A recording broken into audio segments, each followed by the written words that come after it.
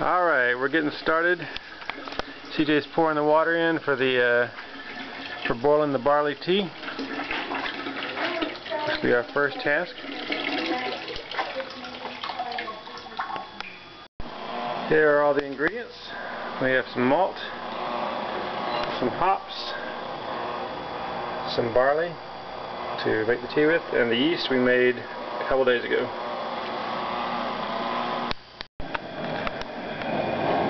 The fire's on the water. Once it reaches about 160, we'll put the bag of grain in. Of course, while making beer, we need to have something to judge our success by. Some inspiration. So we'll pour some glasses of beer.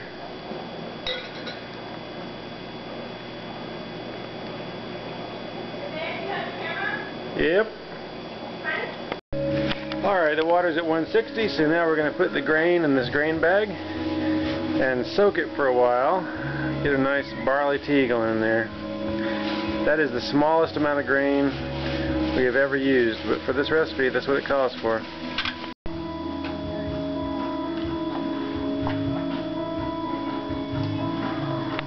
It just soaks like tea.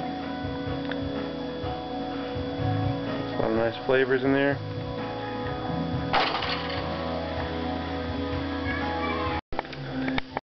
Alright, it's steeped long enough and we can take it out. Then we'll bring the water to a boil. Alright, we'll bring this thing up to boiling and we're going to add all the malt.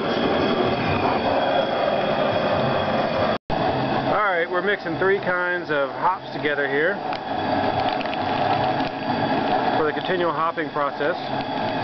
Amarillo, Simcoe, and Warrior. Alright, there you see our 3 varieties of hops. We're going to continually add these for an hour while the malt boils.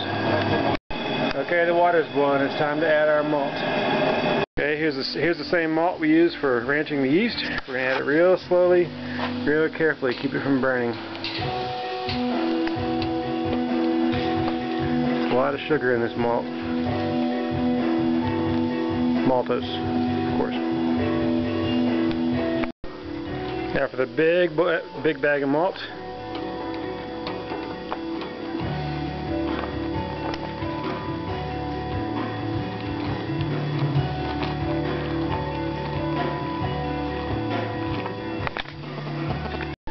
This is the first time we use dry malt extract.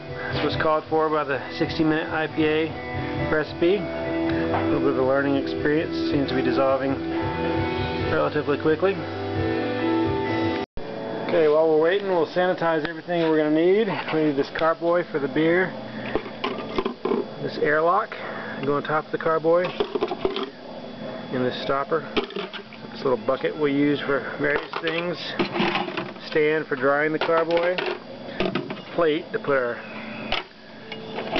airlock on, the funnel we're going to use, and this bucket to mix the water and the yeast in the beer. There's the carboy, sanitizing with iodophor. Nice and clean, all bacteria out. Here we are putting in the first little bit of hops. We somehow have to make all this hops last for an entire hour. Seems unlikely that we'll be able to achieve that properly, but who knows. Here. Too bad you don't have smell-o-vision. Okay, now I'm cleaning the stuff in the buckets. This little guy is just a little bit of iodophor. It's always a good idea to keep some around after you pour the rest out, just in case you need to clean something quickly, including your hands or something you drop. We're 30 minutes into the boil. This is how much hops we have left. The rest of it, we're doing alright. We got a nice boil going. Only 10 more minutes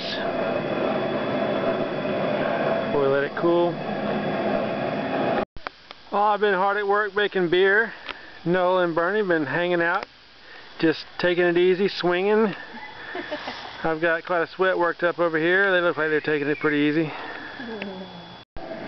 4 minutes left. And this is how much hops we have. I think it worked out pretty well. Leave that last little powder for the last last installment. Alright, it's been an hour.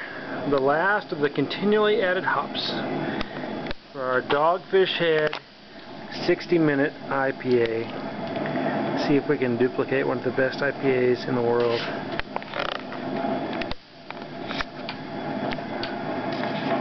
Well, guess what? There's still some more hops. So we've boiled this thing for an hour. Now we've got to add the last bit of Amarillo. First, create ourselves a little whirlpool.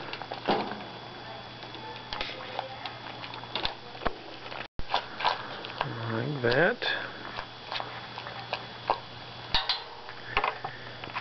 Now half an ounce of Amarillo goes in. Amarillo. Wonderful. Now we're going to cover this and let it settle for 20 minutes. Let's sit here and then we'll cool it down. All this hard work is making me thirsty. You